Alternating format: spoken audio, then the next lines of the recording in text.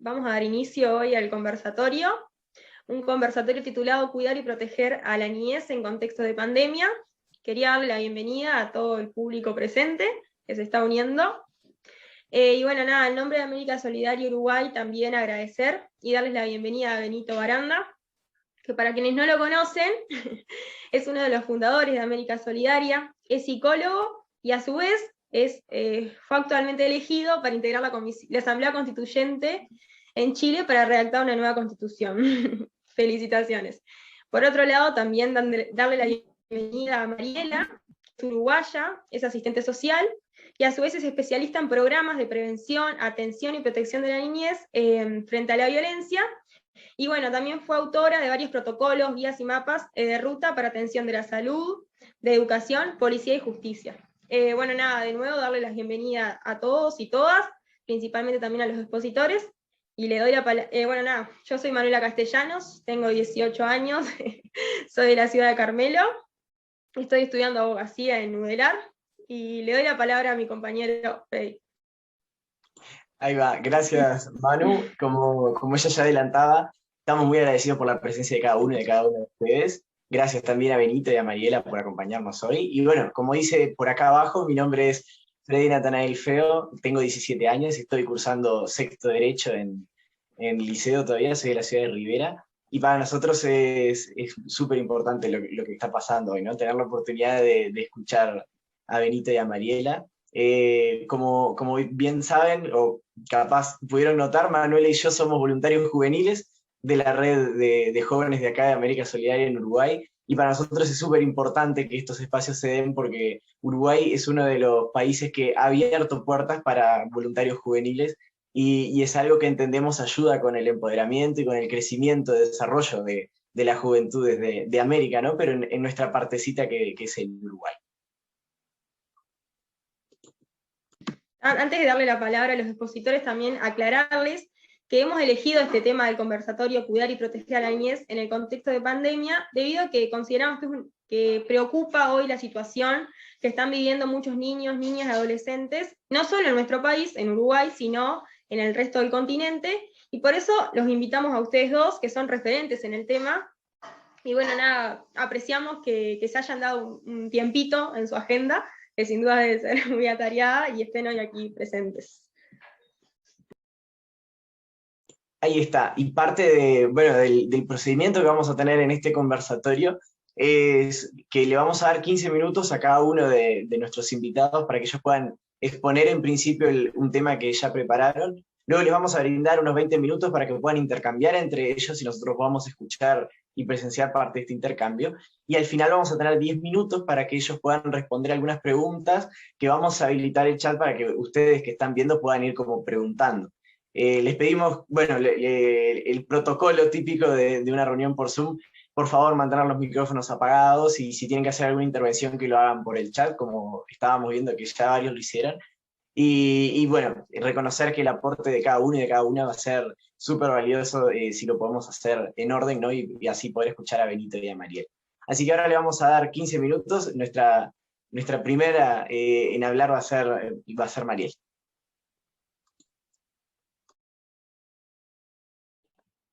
Bueno, buenas tardes a todos, a todas. Muchas gracias a América Solidaria por la invitación. Cuando Javier me convocó, no dudé. Me ha tocado muchas veces trabajar con ustedes desde distintos lugares, así que bueno, para mí es un gusto. También reencontrarme con algunos que veo conectados, a Cristina, Cecilia, gente que nos ha tocado desde distintos lugares compartir este tema, así que en realidad en esta oportunidad me tocó estar a mí acá, pero seguramente todos los que están en la reunión de hoy van a poder aportar en el intercambio. Javier me pidió 15 minutos y me dijo, queremos intercambiar sobre el tema de la infancia en pandemia, nada más ni nada menos en 15 minutos. Entonces, seguramente lo que yo voy a presentar es recortado, está basado obviamente en la mirada que pongo a partir de la experiencia de este tiempo de trabajo. Así que nada, es más que nada un disparador, no hay certezas ni hay respuestas contundentes, sino algunos puntos para intercambiar y algunas ideas como para para seguir pensando también. Voy a compartir pantalla porque así me ordeno y trato de ser prudente con los 15 minutos que me dieron, y algunas cosas quizás las voy a pasar más rápido, que tienen que ver con algunos datos de unos estudios que hizo UNICEF el año pasado sobre el tema de el estado de situación de la infancia en Uruguay en contexto de pandemia. Así que capaz que algunas de esas las paso más rápido, pero después dejo el material a disposición para los que les interese. Ahí vamos.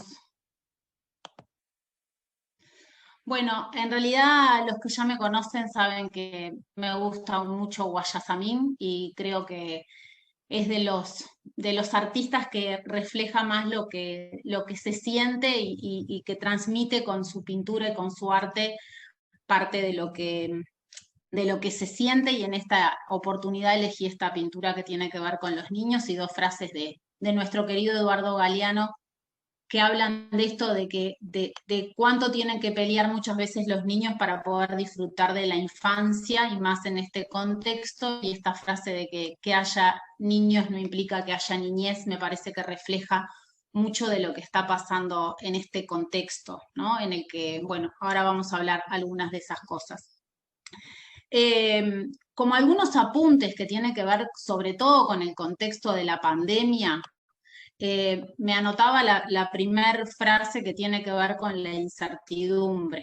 Para hablar de infancia y de adolescencia es ineludible hablar de los adultos de referencia de los niños y los adolescentes. Los adultos de referencia que comparten la vida doméstica y que comparten los espacios donde los niños y los adolescentes transitan su vida. Los espacios recreativos, los espacios educativos, donde siempre hay adultos con quienes comparten. Entonces, algunos de estos aspectos que estoy planteando en esta primera intervención tiene que ver con esto, con por qué atraviesan los adultos y por lo tanto por qué atraviesan los niños. Por la incertidumbre, y si hay algo que nos cuesta mucho es atravesar y convivir con la incertidumbre. Siempre queremos certezas, seguridades, y los niños y los adolescentes las necesitan, las certezas y las seguridades, para poder desarrollarse. Entonces, cuando en el entorno, en la convivencia, en la vida cotidiana, en los medios de comunicación, lo que se respira, lo que se vivencia es incertidumbre, es ineludible que sea parte de su vida y de su sentir. Los cambios, cuando uno lo analiza, los cambios se dieron en las dinámicas comunitarias, laborales, familiares. Cuando digo la dinámica comunitaria, tiene que ver también con la desolación en las calles, en el barrio, en salir y que no haya nadie. Y eso también, a pesar de que los niños, ahora lo vamos a ver en números, se quedaron mucho en casa, las pocas veces que salían, la dinámica del barrio era otra, la dinámica de los lugares donde iban a hacer las compras con sus familias, donde van, ¿no? Las dinámicas en los cuidados familiares, el estilo de convivencia y la cohabitación. Digo cohabitación porque acá en 15 minutos no voy a abarcar todos esos temas, pero sí poder pensar que cambió la forma en la que estábamos en la convivencia doméstica, pero además la cohabitación, me refiero también a los niños, por ejemplo, que tenían, que sus papás están separados y que tienen distintas estructuras familiares en las que convivían a lo largo de la semana, y que ahora muchas veces se tuvieron que quedar en una sola casa, y por lo tanto en una sola parte de las estructuras familiares por las que transitan. Un niño muchas veces, su papá se separó, sus papás se separaron y pasaba 3 días en una casa, 3 días en la otra, y eso era natural y era parte de su vida, y ahora pasó a estar en una sola casa. Cambios en las economías de los hogares, que uno dice, bueno, esto es un problema de los adultos, es un problema de los adultos que los niños viven todos los días, que lo escuchan, lo perciben en los bienes materiales, en los accesos y en la preocupación de sus padres.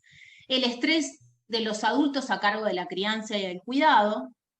No es lo mismo la administración del cuidado cuando las mujeres y los varones trabajan todo el día fuera de la casa y eso se desarrolla unas horas al final del día que cuando todo el día estamos a cargo de los niños, cuando ahí aparecen, ¿no? A veces las abuelas, bueno, eso antes pasaba, pero la vida fue cambiando y la administración de los cuidados era otra. Y ahora se nos cambió el esquema. Y lo otro que quería decir es el cambio en la cobertura y el tipo de respuestas de las instituciones, porque hablé de los cambios en la vida doméstica, pero esto también trajo un cambio en los trabajadores que también cambiaron su vida y su forma de trabajar en las instituciones, en la salud, en la educación, en los servicios que prestan atención a los niños que viven distintas dificultades, por ejemplo, temas de violencia. No había presencialidad en las instituciones. Entonces también cambiaron las respuestas que las instituciones le dan a los niños. Que las voy a nombrar mucho es la educación. Esto me quedó con mucha letra, solamente son algunos datos, pero no quería recordarlo porque es parte de las conclusiones de esta investigación que me parece que es bien interesante, donde solamente voy a remarcar lo central de cada punto. En esta encuesta que participaron 463 participantes entre 18 y 60 años con niños a cargo, que se hizo el año pasado, o sea, ya había un periodo de pandemia transitado en Uruguay, los adultos dicen que 6 de cada 10 participantes indican estar experimentando dificultades en su situación laboral. Menos trabajo, menos ingresos. El 32% de los participantes que se encontraban trabajando indicó que la situación del coronavirus generó dificultades en organizar el cuidado de los hijos. Me quedo con eso, después lo pueden leer todo. El 63% de los participantes afirmó que la convivencia en su casa era más agradable, aunque también lo describió como más cansadora. No esto de, ahora después yo lo voy a también plantear, que al principio fue como una cuestión para aquellos que tienen determinado confort en su casa, permitió hasta decir, bueno, vamos a estar más tiempo juntos, vamos a estar más tiempo en casa. Yo lo digo, bueno, como una etapa más romántica, hasta que eso también, y tiene dos vertientes. Una es que la pandemia se prolongó, por lo tanto el estado de confort que muchas familias tenían cuando además se vio afectado por los cambios en el mercado laboral, también hace que eso no sea algo tan disfrutable, ¿sí? Y además tener en cuenta que no para todos las condiciones materiales fueron las mismas. Y luego me parecía importante este otro dato en el que aparece de que si bien la convivencia era más agradable, también aparece el aumento de la frecuencia de los gritos y los castigos dirigidos a los niños, ¿no? Y al preguntar específicamente sobre la frecuencia de castigos y gritos, el 20% de los participantes declara que aumentó la frecuencia de los castigos. Lo otro que me parecía interesante también, esta es una encuesta que se hizo en abril del 2020 a 946 niños, niñas y adolescentes entre 10 y 17 años. 6 de cada 10 niños declaran no haber salido de su casa en la última semana, 45% de los niños y adolescentes declaran haber compartido actividades con las personas que residen con él, con una frecuencia mayor a la de costumbre. La cuarta parte de los niños declara haber peleado con los adultos que residen con él con mayor frecuencia que antes de la cuarentena, y la otra cuarta parte declara haber peleado con ellos con mayor frecuencia que antes de la cuarentena. 7 de cada 10 niños declaran no haber presenciado peleas entre los adultos que residen, y 4 de cada 10 tienen contacto diario con su centro educativo. Y por otro lado, el 15% declara tener contacto nulo o escaso. Algunas frases que en ese estudio plantean los niños que fueron entrevistados. No consigo dormir más solo, tengo insomnio, dice un niño de 11 años. Me da mucho miedo todo esto porque mi mamá quedó sin trabajo y a veces se hace difícil. Estoy muy aburrida y siempre tengo ganas de llorar. Me parece muy importante el apoyo y la asistencia psicológica y el seguimiento hacia los niños, niñas y adolescentes en estos momentos. Esto lo dice un adolescente de 17 años. Y por otro lado, muy rápidamente, datos que tienen que ver con el último informe de CIPIAB, que incluía el 2020 y donde vemos que las denuncias que tienen que ver, al menos las que registra el CIPIAB, que tienen que ver con violencia hacia los niños, ¿no? Maltrato psicológico, físico y abuso sexual, no solo se mantuvieron, sino que aumentaron. En eso también me interesaba hacer hincapié en las edades de los niños. Vemos que cuando uno va hacia las edades, hay un 9% de 0 a 3 años, uno podría decir primera infancia y etapa escolar, es lo que tiene la mayor prevalencia. Y si uno va al tipo de maltrato, encontramos que se distribuye entre maltrato emocional, negligencia, maltrato físico y abuso sexual. ¿Por qué hago énfasis en este dato y no elegí otros? Porque una de las características que sostiene las situaciones de violencia hacia niños, niñas y adolescentes tiene que ver con el aislamiento. Y también cuando uno mira en los estudios de violencia hacia los niños, sobre todo los de pautas de crianza que hace sistemáticamente UNICEF con la encuesta MIX, las situaciones de maltrato físico muchas veces aumentan en aquellas casas, en aquellos hogares donde hay más niños, porque hay algo que tiene que ver con el estresor de la carga de cuidado. Si tomamos en cuenta esa variable, que es una de las que se afectó ahora durante la pandemia, tenemos que pensar que ahí hay un factor de riesgo, ¿no? Y la persona que agrede, bueno, como lo dice acá, padre, otro familiar, madre, pareja de la madre. Que si tenemos en cuenta la edad de los niños, que era primera infancia y etapa escolar, claramente los niños son dependientes de sus padres, que son quienes están a cargo del cuidado cotidiano. Esto es simplemente un esquema que tiene que ver con cuando se afectan las bases emocionales, ¿no? Las bases que tienen que ver con los nutrientes materiales y emocionales de los niños y de los adolescentes. Y como en este momento estamos en una etapa que afecta a esas bases emocionales, cómo poder pensar las políticas, los programas, las acciones que tienen que ver con el entorno familiar, la escuela y la comunidad, pensando en reforzar aquellos factores que hoy están siendo de mayor riesgo. No hay posibilidad de que los niños puedan acceder a mayores y mejores oportunidades de desarrollo y al ejercicio pleno de sus derechos si no tomamos en cuenta que para diseñar las respuestas en estos otros espacios se deben considerar estos principales problemas que hoy se están afectando. Y no solo con los niños, sino con los adultos a cargo del cuidado y la protección de los niños. Y ahí creo que es donde hay uno de los niveles de complejidad. Y voy a ir, me quedan dos aspectos que voy a mencionar. Uno es las áreas de afectación. Creo que un desafío es lograr identificar cuáles están siendo esas áreas de afectación y ver cuáles son los riesgos y oportunidades para el cuidado y la protección.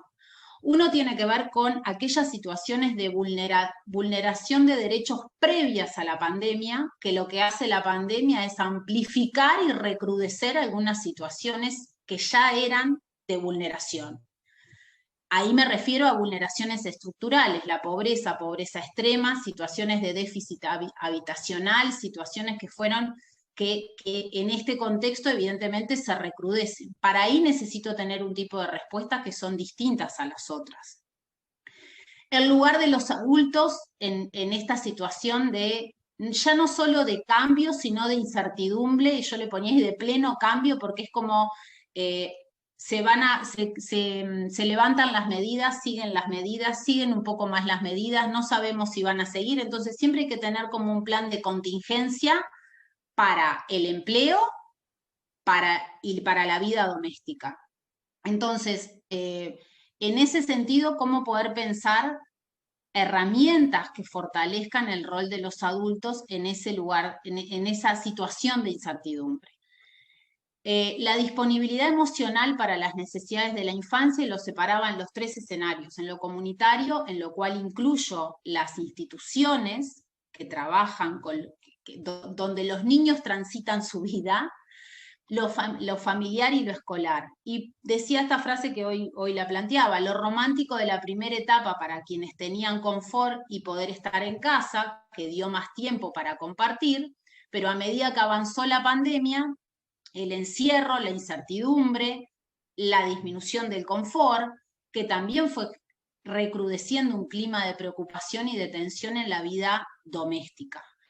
Y por ahí apuntaba 4 áreas que me parece que tienen que ver con esto de la afectación. La alimentación: había niños que en la encuesta decían que la pandemia permitió que aprendieron a cocinar con su mamá, con su papá, que aprendieron a disfrutar de otras formas de la alimentación, pero también sabemos que hay otros niños que la afectación del empleo de sus padres claramente los está dejando en un lugar de que no tienen alimentos y recurren a alimentarse a una olla popular o a un lugar que tienen que comer otro tipo de alimentos que no eran los que estaban comiendo. Entonces, cómo es un riesgo para algunos, pero a la vez una oportunidad para otros, y cómo el tema de la alimentación va a ser un tema en el que hay que poner foco.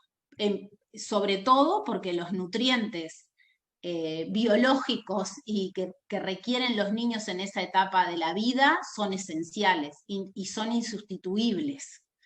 La tecnología, ahí hay otro aspecto, que los niños en esta encuesta también decían que la mayoría de los contactos que tenían con otros era a través de WhatsApp y de distintas redes sociales, ¿no? Entonces, ¿cómo?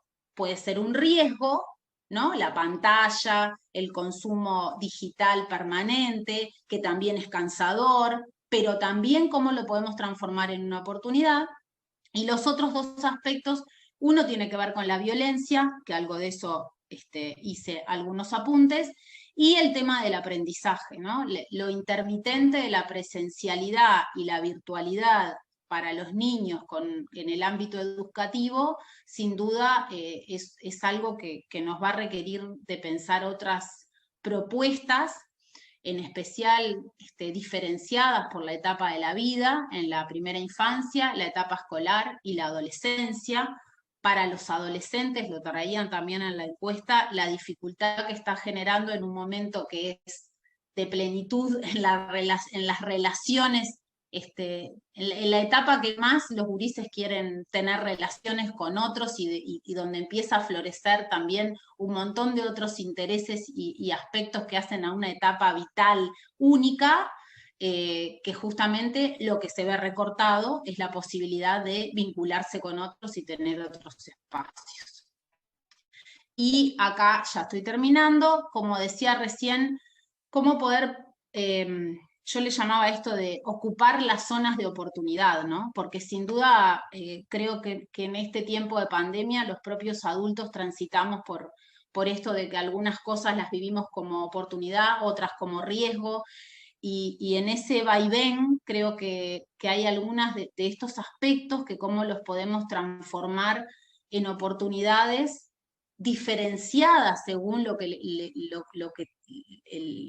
que recién planteaba, ¿no? De que no es lo mismo cuando existen vulneraciones previas a esta situación que cuando esas vulneraciones se dan específicamente por el contexto de pandemia. Entonces, una de las principales aspectos que planteaba tiene que ver con esto, con el uso de las nuevas tecnologías para el cuidado y la protección, cómo retransformar los espacios públicos que van a ser sumamente necesarios para los niños, y lo son, y cómo poder habitarlos nuevamente. El tema de la alimentación, que recién lo planteé.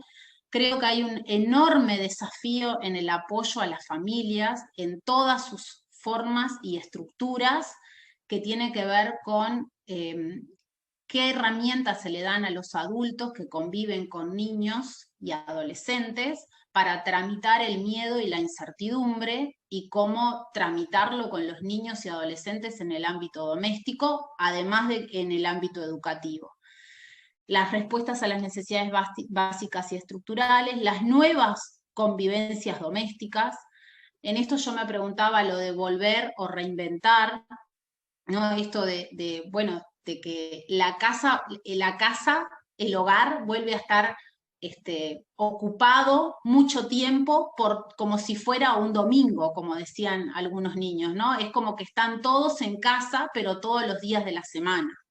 Entonces, eso implica repensar la administración hasta del espacio doméstico.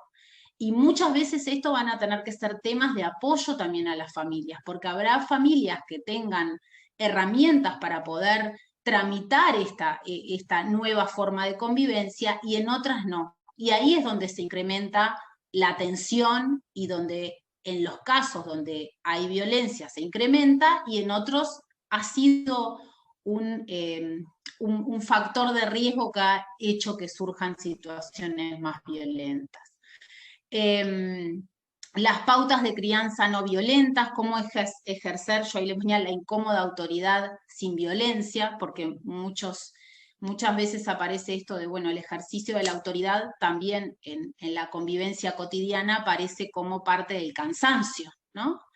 El no permanente, entonces, pero el no que es necesario como límite y como forma de convivencia, y que si no está, también genera muchos otros riesgos para los propios niños y adolescentes en el futuro. Entonces, no es lo mismo decir no 2 horas al día que decirlo todo el día. Entonces, en esos apoyos que parecen sutiles, pero que tienen que ser parte de la caja de herramientas que tenemos que ver las instituciones en las que las familias de los niños se acercan, básicamente la educación, la salud y organizaciones que muchas veces trabajan a nivel territorial, como ese es parte de un apoyo. Y lo último, que no por ser lo último es lo menos importante, sino lo más importante, el rediseño de los modelos de trabajo en las instituciones donde los niños transitan su vida, y ahí me refiero a todas las respuestas que tienen que cambiar. No podemos tener los mismos modelos de abordaje,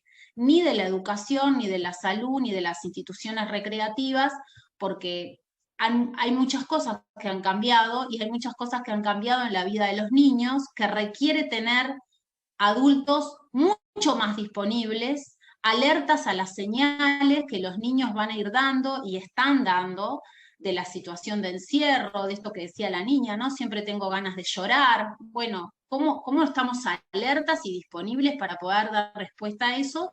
Cuando también esos adultos que trabajan en esas instituciones también están transitando la incertidumbre. Entonces creo que por ahí es como algunos de los desafíos más importantes que tenemos pensando en el contexto de la pandemia. Yo me quedo por acá y quedo a disposición para las preguntas y para el intercambio. Buenísimo, Mariela, muchas gracias. La verdad que eran datos muy interesantes y una exposición muy buena. Les recordamos que al final vamos a dejar un espacio de 10 minutos para el público que quiera hacer pregunta para cualquiera de los dos expositores. Y bueno, nada, le damos la bienvenida a Benito para exponer.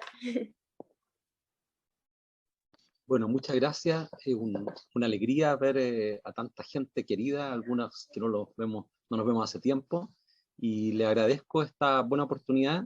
Además, tener también el placer de escuchar a Mariela y poder, bueno, me ha tocado leerla, me ha tocado ver algunas presentaciones sobre violencia en Internet y le agradezco mucho. Así que muchas gracias por estar también junto a nosotros hoy día. Yo también tengo una breve presentación, si me autorizan, para poder... ahí está.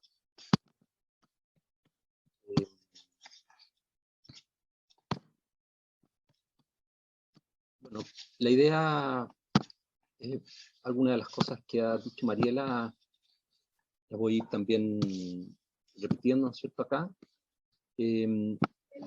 Cuando ocurren situaciones tan críticas como alguna y alguno de ustedes me ha escuchado, lo primero que uno tiene que preguntarse es cómo estaba antes de la crisis. porque así como te pilla la crisis, también te afecta la crisis, ¿no es cierto? No sé, pues Chile lo pilló con dinero y pudo comprar las vacunas anticipadamente. Otros países del continente no pudieron comprar las vacunas anticipadamente. A Chile lo pilló con dinero y pudo comprar los respiradores, los ventiladores, no sé.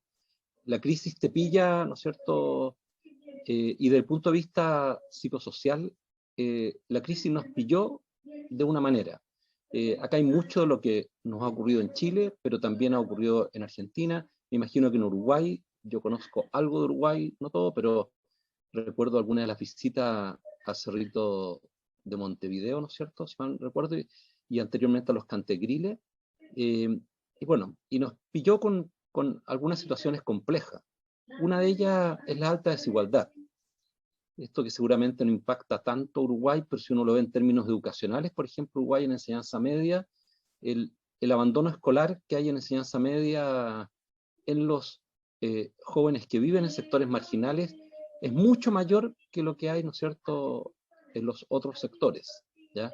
Y llega a tener cifras altísimas en el último tiempo de abandono de estudiantes de la enseñanza media. Bueno, y eso se va repitiendo en muchos de nuestros países. Hay dificultades también, ¿no es cierto?, con estos guetos que se han ido conformando de pobreza.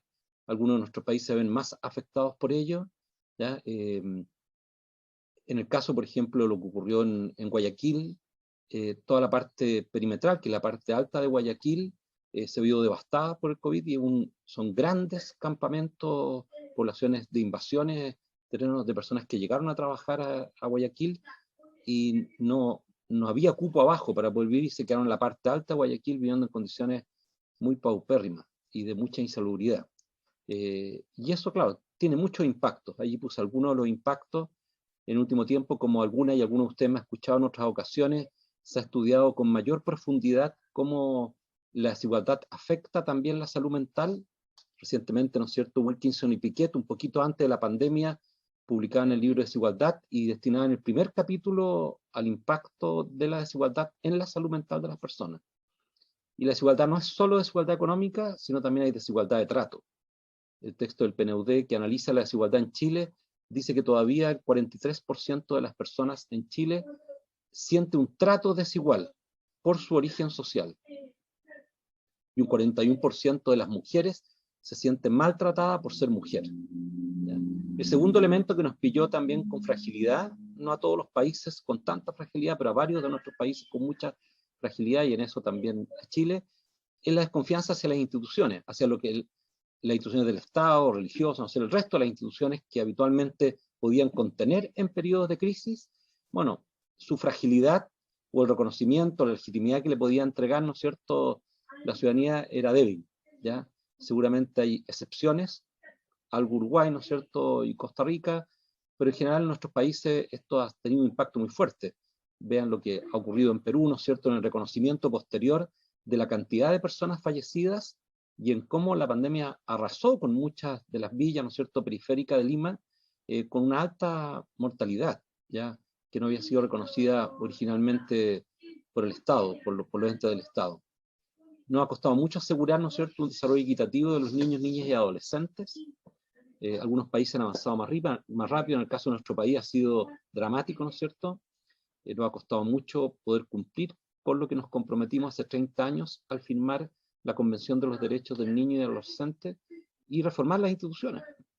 Instituciones que se pudieron reformar tempranamente, bueno, fueron siendo postergadas y eso, bueno, pilló a niños y niñas también institucionalizados o dentro de la estructura escolar también con una alta segmentación, por ejemplo, de los establecimientos escolares, con grandes dificultades para poder implementar programas más pertinentes.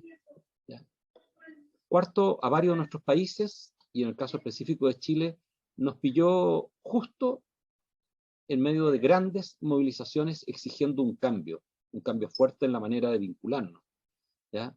Y eso, bueno, tensionaba a la sociedad. Previo a la pandemia tuvimos la mayor movilización ciudadana de la historia de Chile. Nunca había habido una movilización tan gigantesca, no solo en la capital, sino en el resto de las ciudades de Chile. Y no era encabezada por algún partido en particular político, sino que las banderas que se veían eran solo dos: la bandera mapuche y la bandera chilena. Esas masivas movilizaciones se relacionan con los elementos anteriores, especialmente, ¿no es cierto?, con la pérdida de legitimidad de las instituciones y la alta desigualdad. Y lo último, que nos pilló también en un momento donde nos ha costado mucho hacer los cambios en la manera en que nos vinculamos con nuestro entorno, al no considerarnos como parte del ecosistema, sino como dueños y explotadores del ecosistema, y al marginarnos, bueno, hemos generado un alto estrés. En el caso de Chile ha sido más duro, ¿no es cierto?, por la posición geográfica que tiene, y porque está entre los países que más impacto van a tener en el mundo por el cambio climático. Perú también, ¿no es cierto?, se ve muy afectado, y algo Ecuador. Y eso, bueno, también ha tensionado mucho nuestros propios ambientes, ¿ya? Nosotros estamos experimentando, por ejemplo, en el caso de Chile, una sequía de 13 años, ¿ya? Hoy día está frío, ha llovido un poco, pero piensen ustedes, una sequía de 13 años, el estrés que provocan los territorios, en las comunidades, bueno, y en el ambiente, en el medio ambiente allí. Y en general, en los últimos años en Chile, hemos consumido los recursos que puede proporcionarnos nuestra naturaleza en un año, los hemos consumido en mayo. En mayo ya no habíamos consumido los recursos del año. O sea, los otros meses eran contra los recursos de los años posteriores, ¿ya? Lo que implicaba, ¿no es cierto?, algo duro. Así nos pilló esta pandemia. Y por eso yo digo que esta pandemia, más que ser una crisis humanitaria, una crisis, ¿no es cierto?, sociosanitaria, es una crisis de humanidad, de cómo nos relacionamos entre nosotros, que se evidencia y acentúa con la pandemia, y donde, por supuesto, niños, niñas y adolescentes lo pasan mal, porque son más frágiles dentro de esta alta tensión que se vive, ¿ya? Y esta alta tensión trajo algunos signos dolorosos, la pandemia. Ya Mariela ha relatado algunos, no me voy a extender mucho en esto, pero lo quiero asociar como buen psicólogo, ¿no es cierto?, a lo que nos ha ido ocurriendo dentro de nuestros barrios, en muchas de las familias. Yo no he podido viajar en este tiempo. De hecho, el último viaje que hice fue justamente previo a la pandemia, el 2020, en el verano del 2020, recorrí 4 países, en Centroamérica, en Haití, después en Perú, y nunca más, ya no pude salir. Pero de lo que uno ha escuchado, de las conversaciones que uno ha tenido, de lo que uno ha leído, bueno, María lo decía, la incertidumbre es tremendo. Nosotros, mi familia, vivimos en Santiago, en una comuna, que es una comuna periférica, donde se radicaron a muchas familias que vivían en situación de pobreza durante la dictadura y posterior a la dictadura, el inicio de la democracia. Es una comuna que está compuesta por 200.000 habitantes, un poquito menos de 200.000 habitantes, y esta es la comuna, que se llama La Pintana, de mayor incidencia de mortalidad. Y aquí se asocia eso a pobreza y hacinamiento, ¿ya? En el último artículo publicado en la revista Science, de un grupo de científicos chilenos, analizando la mortalidad producto de la pandemia en el Gran Santiago, en la región metropolitana, señala que esta es la comuna con mayor impacto por la pandemia y con una tasa más alta de mortalidad. Y por supuesto, allí se instala el dolor en la familia, pero también ese dolor, esa incertidumbre, la presencia de la muerte, se transforma en desesperanza, ¿ya? Y eso es algo que invade muchos hogares y también barrios, ¿ya? Sobre todo cuando hay ausencia de la acción del Estado de manera oportuna, cuando la temporalidad del acompañamiento del Estado no es la adecuada. Ha habido una fuerte pauperización, ya lo han visto ustedes en los datos que se han hablado de América Latina y el Caribe, los conocen, ¿no es cierto? Tuvimos un retroceso muy fuerte, y lo más probable que en este momento, según lo que nos ha dicho UNICEF y CEPAL, ya más de la mitad de los niños y niñas del continente lo están pasando mal, ¿ya? Bueno, y eso va generando, ya María lo decía, problemas de salud mental, frustración, mucha frustración en las familias. También hay tensión al interior de los hogares. No me voy a extender aquí en ejemplo, tenemos algunas investigaciones ya en Chile, son las primeras acerca de la violencia que ha ido ocurriendo dentro del hogar y cómo ha aumentado, no solo hacia los niños y niñas, sino hacia la mujer, fuertemente, ¿no es cierto?, hacia la mujer. Y esto, claro, el encierro, cuando tú tenías ya una fragilidad en el vínculo de los adultos al interior de un hogar o de los adultos con los niños, Bueno, el encierro lo que hace es desatar lo peor de esa conflictividad que ya estaba previa a la pandemia. No es que crea algo adicional, sino lo que hace es acentuar lo que ya estaba previo y que se ocultaba a lo mejor con el escape a la calle, con el escape, ¿no es cierto?, del niño a la plaza, a no tener que enfrentar, ¿no es cierto?, llegar tarde, acostarse, no hablar con nadie, no vincularse, pero después ahora ya te tienes que vincular, estás obligado y obligado, ¿ya? Y bueno, y la pérdida de continuidad escolar, ¿no es cierto?, y los riesgos de abandono. Ya estamos en Chile hablando de un aumento de la cantidad de niños y niñas y adolescentes fuera del sistema escolar, sobre todo adolescentes, ¿ya? En el caso de los barrios más periféricos, algunos de estos adolescentes, hombres y mujeres, han sido atraídos por bandas narcocriminales que se presentan como con un cierto atractivo, ¿no es cierto? Porque te dan seguridad, te dan pertenencia, te entregan recursos y te ponen ante la comunidad como una persona poderosa, ¿ya? Y eso, bueno, ha aumentado esa inseguridad en esos territorios.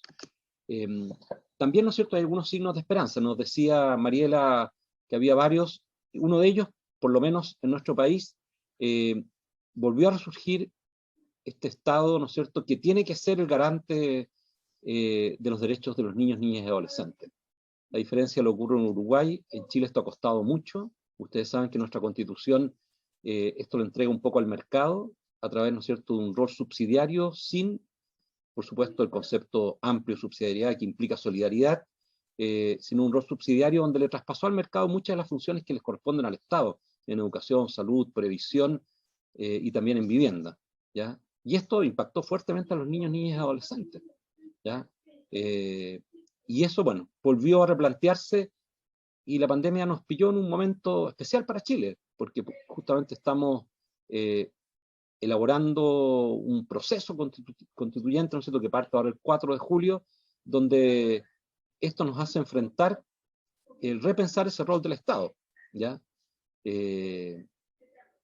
Y si ustedes revisan las grandes dificultades que hemos tenido en Chile de conectividad de los estudiantes, bueno, es impresionante. Los sectores oriente de la ciudad de Santiago, donde yo me crié, la conectividad supera el 90% de los estudiantes. En los sectores donde vivimos nosotros, actualmente, en la zona sur de Santiago, pero particularmente La Pintana, no en otras comunas, particularmente La Pintana, el promedio de conectividad es más o menos el 15%. Por supuesto, las personas utilizan los celulares, utilizan otros instrumentos para conectarse, pero claro, es muy difícil mantener esa continuidad escolar. Ha permitido también tomar conciencia que nos debemos a los demás, que tenemos que trabajar para los demás, que no podemos estar encerrados nosotros mismos. Cuando tú tienes una construcción de la sociedad extremadamente individualista, bueno, se pierde el equilibrio con lo colectivo. Y al perder el equilibrio con lo colectivo, desaparece la fraternidad. Cuando uno habla, ¿no es cierto?, de la Constitución, o sea, habla de la Revolución Francesa y pone los 3 grandes principios, el filósofo italiano Baggio decía que el principio olvidado de la Revolución Francesa es la fraternidad, porque es el punto de encuentro entre, ¿no es cierto?, la libertad y la igualdad. La igualdad habla más de lo colectivo, la libertad habla más de lo individual, y el punto de encuentro es la fraternidad. Y eso, bueno, desde el punto de vista institucional en Chile, se debilitó fuertemente en estas décadas. La gente admira o aplaude el proceso de Chile. Algunos amigos y amigas han dicho qué pena lo que le está pasando a Chile, y yo señalo qué bueno lo que le está pasando a Chile, porque esta es la oportunidad de reequilibrar lo que es la libertad individual con la seguridad colectiva. Y ese entramado, como dice Baggio, solo lo realiza la fraternidad, ¿ya? Y por eso, ¿no es cierto?, al evidenciar las desigualdades, se vuelven a mover los compromisos de las personas, se vuelven a mover compromisos colectivos, se vuelve a entender que esa desigualdad atenta contra la vida de nuestra sociedad. Es un talón de Aquiles que nos va a estar persiguiendo permanentemente. Resurge en nuestros sectores de mayor pobreza y exclusión una fuerza comunitaria solidaria que exige nuevamente, ¿no es cierto?, el respeto a los derechos y la inclusión dentro de la sociedad.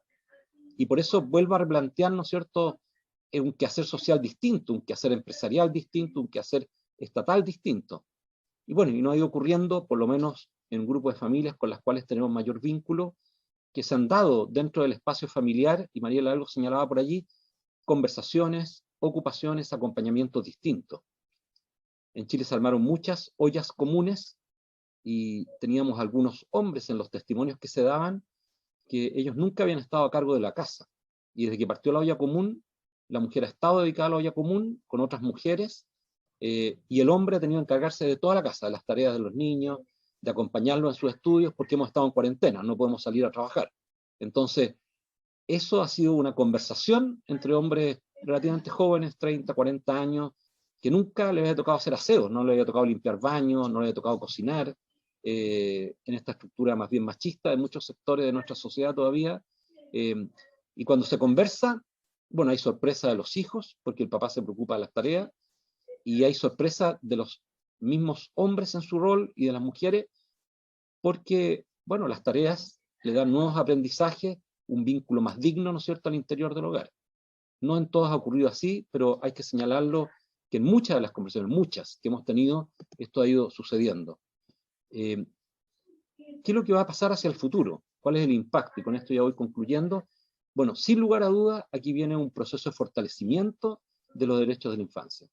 Si bien la UNICEF ha dicho, ¿no es cierto?, que esto es un periodo muy complejo, muy duro, bueno, cuando tú tienes un impacto tan grande, donde 80 o más millones de niños, niñas y adolescentes fuera del sistema escolar, y tienes una inseguridad en su alimentación, por lo menos en 40 millones, que no sabes si efectivamente se están alimentando de manera adecuada en este periodo, bueno, te viene la reflexión, ¿no es cierto?, y tú dices, aquí hay algo que tenemos que volver a cuestionarnos. ¿Cuál es el rol del Estado? ¿Cuál es el rol, ¿no es cierto?, del organismo de cooperación multilateral para enfrentar esto?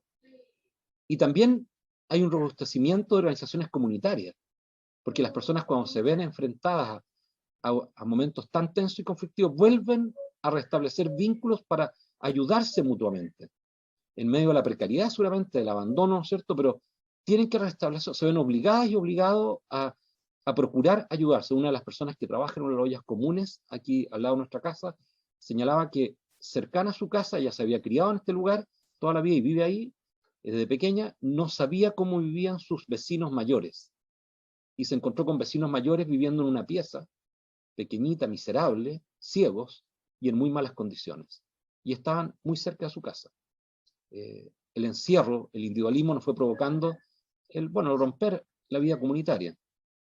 Nuestras organizaciones de la sociedad civil han actuado en mayor trabajo común, ¿no es cierto? Han tenido un entramado mayor en ese trabajo común. Y bueno, también creo que esto va a ser un tema que hay que abordarlo con profundidad, este reequilibrio entre lo colectivo, ¿no es cierto?, y lo individual para la salida de la crisis, ¿ya? Hay amenazas, y las quiero poner acá, ¿no es cierto? Una de las amenazas, ¿no es cierto?, es el surgimiento de muchas ansiedades entre los miembros de la comunidad, las familias. Las familias recuerdan momentos muy malos que les tocó vivir. Hay una sombra, en el caso de Chile, de la crisis económica de los 80, que se repite en todos los barrios populares, porque hubo varios años de muchísima hambre y de muchísimo abandono de parte del Estado, y bueno, y esa sombra fue apareciendo y generó mucha ansiedad, mucha ansiedad. De hecho, si ustedes ven las estadísticas mundiales, Chile aparece como el segundo país con mayores trastornos producto de la pandemia, pero eso era porque Chile estaba, ya previo a la pandemia, con una fuerte fragilidad socioemocional, ¿ya? De salud mental en la estadística internacional. Y es el primer país de América Latina y el Caribe con mayor impacto en la salud mental producto de la pandemia. Lo segundo, está la amenaza del neoasistencialismo, ¿ya? Que al final simbólicamente van anulando a las propias comunidades por la ayuda compulsiva que llega a las comunidades, invasiva, que determina qué es lo que tienen que hacer las personas para poder modificar su vida, para poder trabajar con sus hijos, para poder acompañarlos. Y bueno, son nuevas vulneraciones, ¿no es cierto? Y también se infantiliza a las comunidades, se infantiliza a las personas, se las inhabilita. Es un riesgo grande para el Estado, para las organizaciones de la sociedad civil. Y por último, ¿no es cierto?, también es una amenaza que se vuelva a debilitar la precaria red de protección social que tenemos, ¿no es cierto? Que esa perspectiva, ¿no es cierto?, que estaba más fundada en derecho, ¿no es cierto?, se pueda cargar, a quitarle esa carga de justicia, ¿no es cierto?, y a revincularla, que yo generosamente colaboro, pero no construyo justicia, o a un nuevo, ¿no es cierto?, traspasarle a otros, como diciendo que son más eficientes, tareas que efectivamente le corresponden al Estado, ¿ya? Pueden ser nueva mercantilización y también nuevos clientelismos. En el caso nuestro de Chile estamos viviendo una nueva pandemia que es la de los bonos. Transferir, transferir, transferir. Y yo hago la reflexión y digo, pero también tenemos que asegurar derechos de las personas, porque esto no puede ser solo transferencia. ¿Cómo lo hacemos para que en el retorno, ¿no es cierto?, esto implique cambiar esa realidad? Bueno, y quise poner algunos círculos que yo creo que hay que tocar en ese retorno. No me voy a dedicar a ellos, pero por supuesto hay que tocar el círculo familiar. La pandemia es un momento traumático para los sectores, especialmente de mayor exclusión social y abandono. Entonces tienes que involucrarte allí, algo decía Mariela, ¿no es cierto?, en relación a esto al final. Los círculos escolares y barriales, yo he señalado públicamente en Chile que yo suspendería las mediciones cognitivas del desarrollo cognitivo, esta obsesión de Chile de tener la evaluación permanente para compararse con los otros países, si nos va bien o nos va mal. Yo digo, viene un año en el cual vamos a tener que trabajar dentro del mundo escolar la contención del trauma de lo ocurrido y la recuperación de alumnas y alumnos que salieron del sistema escolar, que se están aproximando a 400.000, que se sumaron ya a los 200 y tantos mil que había antes de la pandemia. Entonces, pon las energías en aquello que permita a las personas incluirse en la sociedad y sentirse cuidados y protegidos por la sociedad, no nuevamente metidos en la carrera de la competencia, donde al final vamos a terminar nuevamente amenazando. Si tú exacerbas tanto esa competencia, al final rompes la convivencia, la cohesión social. Si logras promover en estos tiempos de retorno a la estructura escolar una mayor colaboración, un trabajo de contención y de acompañamiento, bueno, vas a permitir seguramente una vida de mayor paz y un desarrollo más sólido. También hay que indagar en los grupos de pertenencia. Muchos niños y jóvenes rompieron con su grupo de pertenencia. Hay que ver la manera de restablecer esos vínculos. Otros se vieron amenazados por las redes, por distintos tipos de bullying, de maltrato, ¿no es cierto?, a través de las redes, algo que se fue repitiendo en muchos lugares en Chile. Se hizo inclusive una obra de teatro al respecto, muy dramática, respecto a una niña, ¿no es cierto?, que terminó suicidándose. Hay círculos macrosociales, comunicacionales, que van también generando un cierto amedrentamiento o nos pueden ayudar a tener mayor seguridad.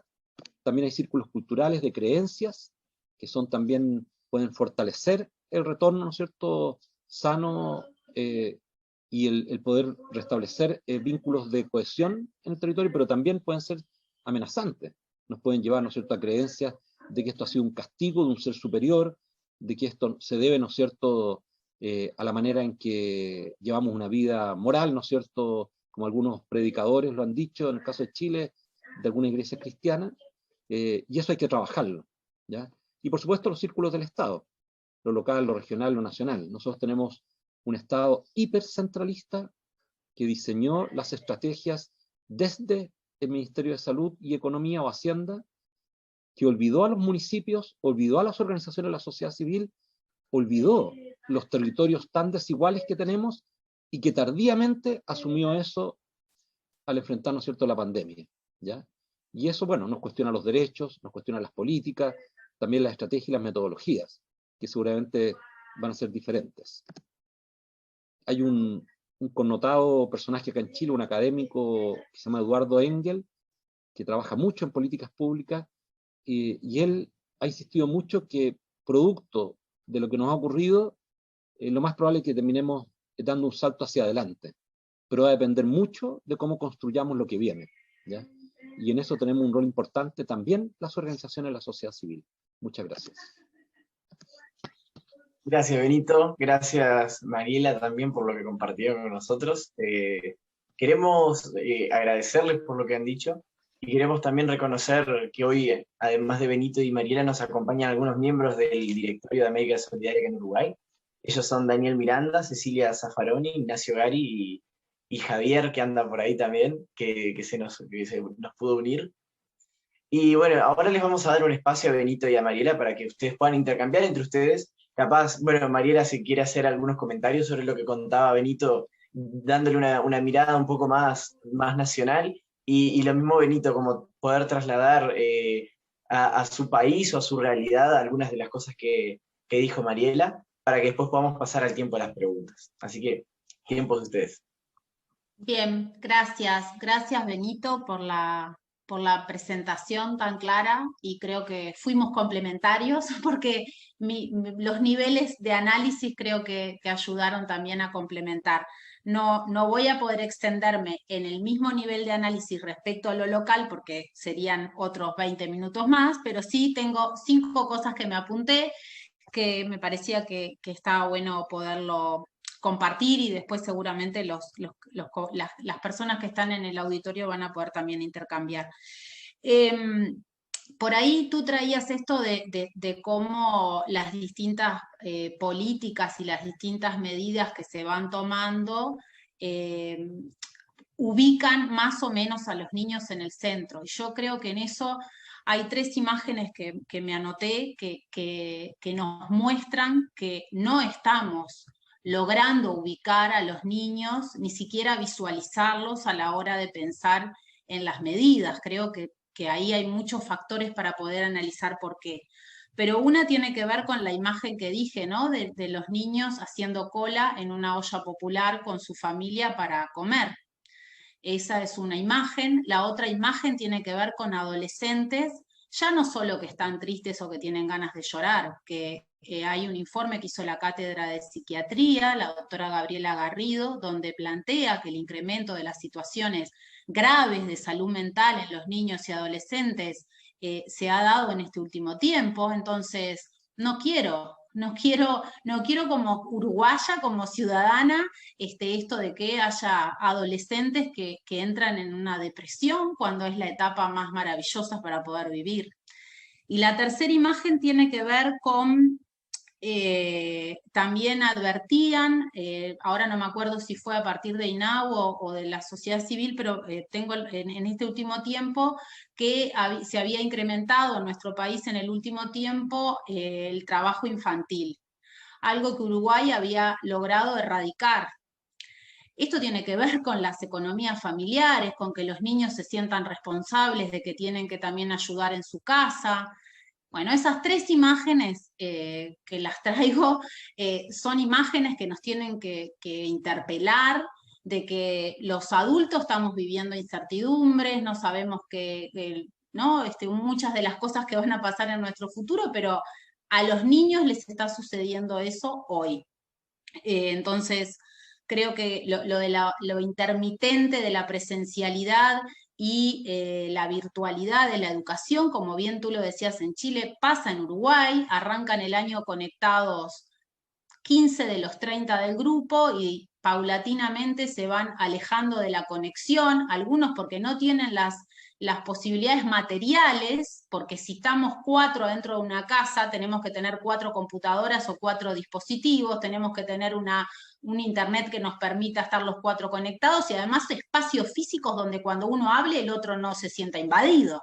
Entonces, todas las condiciones materiales también hacen a las posibilidades que los gurises tienen o no de conectarse. Entonces, la deserción educativa ya no es solo porque no logro aprender o entender matemáticas. Tiene que ver con otras cosas que me habla, las condiciones que tengo y que veo a través de la cámara que tienen otros en la casa y yo no tengo. Y eso también hoy está en juego. Y no podemos desconocer lo que va a ser parte de las nuevas infancias y adolescencias con las que tenemos que tratar de acompañarlos, porque una cosa es que yo me imagine dónde viven mis compañeros y otra cosa es verlo. Y otra cosa es tener que apagar la cámara por decir no quiero que me vean, y no quiero que vean dónde vivo, ¿no? Entonces, nada, esas imágenes, como esto de poder decir cuánto estamos pensando o no en el lugar de los niños, en el sufrimiento de los niños y en lo que les está pasando. Cuán egoístas somos los adultos en pensar solamente en nuestro propio sufrimiento, que es muy importante, pero a veces invade tanto la vida cotidiana que no estamos dando el lugar que tienen los niños. Y los niños ven todo lo que nos pasa y sienten todo lo que nos pasa cotidianamente. La otra cosa, ya ahí dije 2, digo para que no piensen que me voy a ocupar mucho tiempo. Lo otro tiene que ver con esto de, que Benito también lo traía, ¿no? de cómo construir un relato de algunas certezas y esperanzas que necesitan los niños para crecer. Entonces tenemos que tener la valentía de atravesar esta incertidumbre tratando de devanarnos nuestro cerebro y nuestro corazón para encontrar algunas certezas que les podamos transmitir a los niños y adolescentes. Capaz que la certeza es que te voy a acompañar siempre en la incertidumbre y que le vamos a encontrar una vuelta. Capaz que es eso, capaz que son otras cosas, pero como dije hoy, las bases emocionales tienen que ir acompañadas de bases materiales, porque le podré decir que te voy a acompañar, pero si no tenemos para comer y vamos a ir junto a la cola de la olla, también es difícil. Va a ser difícil sostenerlo para los adultos y para los niños. Y lo último que quería decir son dos cosas. Una, que por ahí Benito decía, bueno, esto sacó lo que de repente ya estaba, ¿no?, en las familias, sobre todo en los temas de violencia. Yo ahí tengo un matiz, pero creo que en realidad va a ser objeto de estudios más adelante. Creo que sí incrementó lo que ya estaba. Pero además creo que generó otras formas de relacionamiento violentos que ni siquiera son visualizados como violentos por las propias familias, que tiene que ver con este dato que traía UNICEF, que es disfrutable la convivencia, pero es cansadora. No sé cuántas herramientas tenemos los adultos para lidiar con los límites y la convivencia con niños y adolescentes, y más si son 3 o 4. Entonces ahí creo que hay un punto que es bien interesante para poder ver cómo se dan los vínculos en la convivencia, la puesta de límites, que creo que es donde está uno de los temas que a veces parecen más cruciales. Y lo último, que Benito lo traía y comparto, que creo esta tensión entre la asistencia y la asistencia que anula la posibilidad de ser del otro, ¿no? Y cómo organizar la asistencia en un momento de crisis para que no infantilice a las personas, no las anule, sino todo lo contrario, que saque lo mejor de sí. Y en eso creo que todo lo que lleve a fortalecer los proyectos colectivos y comunitarios es un valor y una oportunidad, pero también tienen que estar las respuestas de las políticas de Estado que permitan complementar las acciones, ¿no? Porque solo la organización comunitaria y de la sociedad civil a veces hace administrar la pobreza que tenemos de los recursos, y en eso no podemos dar la satisfacción que tiene que tener cada una de las necesidades que se requieren, y sobre todo el ejercicio de los derechos que tienen las personas, a una alimentación saludable, a la vivienda, al trabajo. Entonces creo que es como el complementar las dos cosas. Me quedo por ahí, así podemos interpretar. Bueno, gracias, Mariela. Bueno, Mariela, nos unes algo, porque tú estabas en Uruguay Crece Contigo, y yo fui parte de la comisión en Chile que creó el programa de Chile Crece Contigo, así que nos unen ahí algunas historias, por lo que hablas también allí. Yo quiero rescatar 3 cosas también que me parece que son importantes. Uno, que son los temas de salud mental, que yo creo que vamos a tener que trabajar mucho en las realidades familiares. Ya Mariela nos daba un dato adicional, ¿no es cierto? Porque muchas familias no están acostumbradas a tener sus hijos dentro de la casa, ¿no es cierto? La gran mayoría de las familias, en el tiempo diurno lo pasan en la escuela, y solo en vacaciones a lo mejor pasan en la casa. Entonces, claro, si no teníamos herramienta o habilidad, nosotros escuchan de repente el grito de Magdalena por ahí, que algunos de ustedes conocen, está en clase, ella es sordociega, piensen ustedes, sordociega, y además tiene retraso cognitivo, ve muy poquito con un ojo y está con un computador, con su mamá, con Lorena, trabajando. Ahí acaba de salir de su cuarto, ella feliz, con una alta dificultad, echando mucho de menos a sus compañeras y compañeros. Entonces es un reaprendizaje. Nosotros no sabíamos trabajarlo como lo trabajan, ¿no es cierto?, sus profesores y profesoras, porque ellos son especialistas, ¿ya? Nosotros no somos especialistas, no sé, como Lance Sullivan con la Helen Keller, no tenemos esa especialidad. Pues. Entonces yo creo que ahí eso vamos a tener que trabajarlo con la familia. Yo creo que necesitamos meternos más con la familia, ¿ya? Y ahí yo he insistido, y lo dije la otra vez, no recuerdo si lo dije en el Diálogo de Humor en Argentina, pero yo digo, no nos obsesionemos en el retorno escolar por los aspectos de aprendizaje, de matemática, de lenguaje. Si vamos a lograrlo eso, si las personas podemos acelerar después los aprendizajes, tratemos de establecer bases con más sólidas de la seguridad. Y la seguridad, por supuesto, que ante una incertidumbre tan grande es difícil construirla. Pero tenemos una herramienta que es el amor, el que le demos la seguridad del afecto.